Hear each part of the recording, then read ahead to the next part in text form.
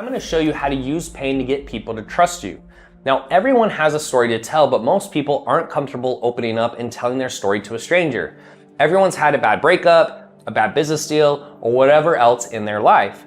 But when we find someone we trust and who we feel understands us, opening up about whatever issue it is, it really starts to help. So as a salesperson, once we have built trust by building rapport, mirroring them, and allowing them to feel like they have control, the next step is to uncover their pain. In sales, if there is no pain, there will be no action taken. People take action when the pain of the action is less than the pain they are currently feeling. The easy part about this is all you have to do is ask questions. You can start at a surface level like, where are you from? How many kids do you have? And then work deeper and deeper. Things like, well, what have you tried before? How much time and money have you lost out on by waiting to take action this long? And they may say, oh my gosh, I've tried everything. I've read all the books. I've taken all the courses. I've hired all the coaches, but nothing has worked.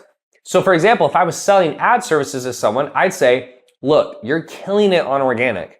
But honestly, organic content can only take you so far because unless your following continues to get bigger and bigger, like Mr. Beast or someone similar, eventually you'll get no new eyeballs. So your business stalls. That's why we have to move on ads now, because if you don't do something this year, I can 100% guarantee that you'll be in this exact same spot next year as well. You have potential to 2x or 3x your business if we can get you more eyeballs. But that's not going to happen by just continuing to post organic content. And notice I don't just say, yeah, we'll run ads for you, which is not convincing at all. I see a small problem they have and I turn it into a mountain so it becomes a driving force for them to take action.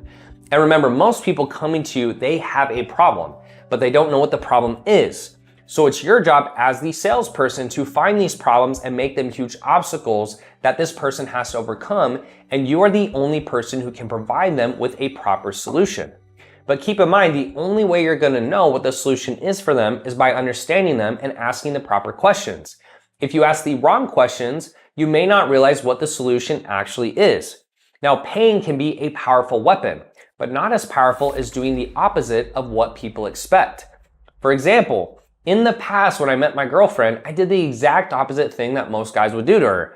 They'd tell her how pretty and amazing she was, how good looking she was, how perfect she was. And when I met her, I didn't really focus on any of that, and I just spoke to her about business because we met in a business mastermind group. The way I asked for her number was actually around a business context and trying to help each other with our businesses.